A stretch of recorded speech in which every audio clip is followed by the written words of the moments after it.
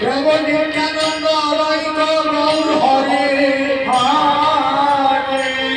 এই জায়গায় বসে যখন পরামর্শ করছে জীবকে কিসের দ্বারা পরিত্রাণ করা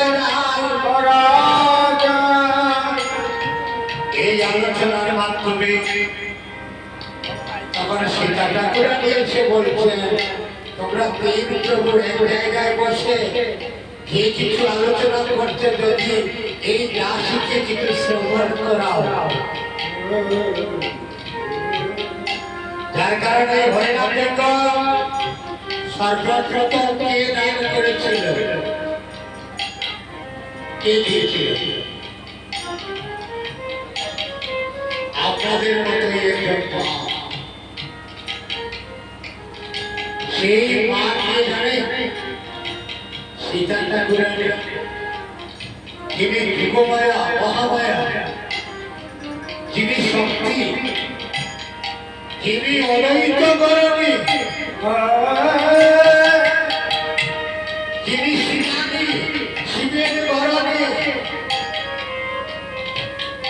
আবার তা শুনে আনন্দে হাসি হাসি সীতা ঠাকুরানী আসে আসে কহে কিছু মধুর বচন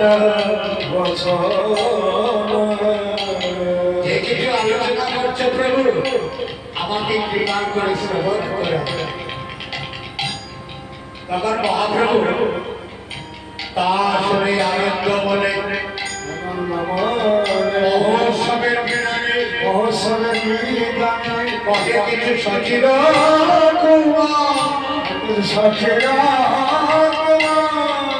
বলছেন মহাপ্রভু সীতা ঠাকুরানী সীতা সীতা যদি যজ্ঞ করতে হয় তাহলে নিয়মগুলো বলো। সীতা ঠাকুরানী সীতা বৈষ্ণব অনিয়া হেত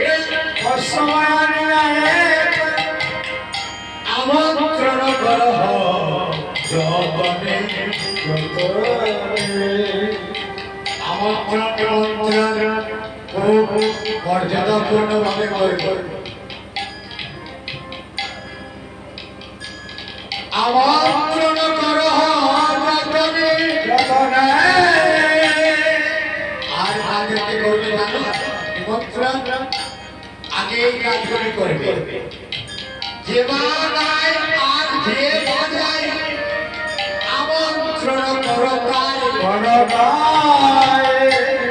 পৃথক পৃথক জনে জনে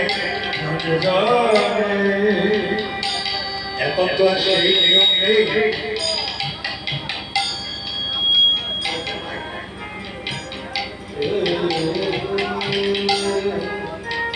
যে বাজায় যে বাজায় এর ঘরে যদি পিতা পুত্র কীর্তন করে আলাদা নিমন্ত্রণ করতে হবে। কিভাবে? একটা গান বাজার নিমন্ত্রণ বড় মর্যাদাপূর্ণ ছিল একদিকে, আর এখন সবচেয়ে মর্যাদাপূর্ণ নিমন্ত্রণ হয়ে গেছে। কি করবো এখন নিজেরাই করতে হয়। এখন মর্যাদাপূর্ণ নিমন্ত্রণ হলো গুরুদেবকেও করা যায়,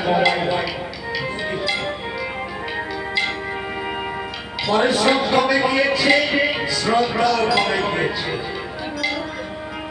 এত সহজ করে দিয়েছে বিজ্ঞান আমাদেরকে, এমনকি গুরুর প্রতিও মর্যাদা লঙ্ঘন হচ্ছে। গুরু গৃহে গিয়ে পাঠ পড়াতে নিমন্ত্রণ করা গুরু দোয়াও হয়, মোবাইলে করা হয়। যার কারণ বলছি পৃথক পৃথক জনে নিমন্ত্রণ করো। এত বড় গৌরবে আইকা দিলে সবাই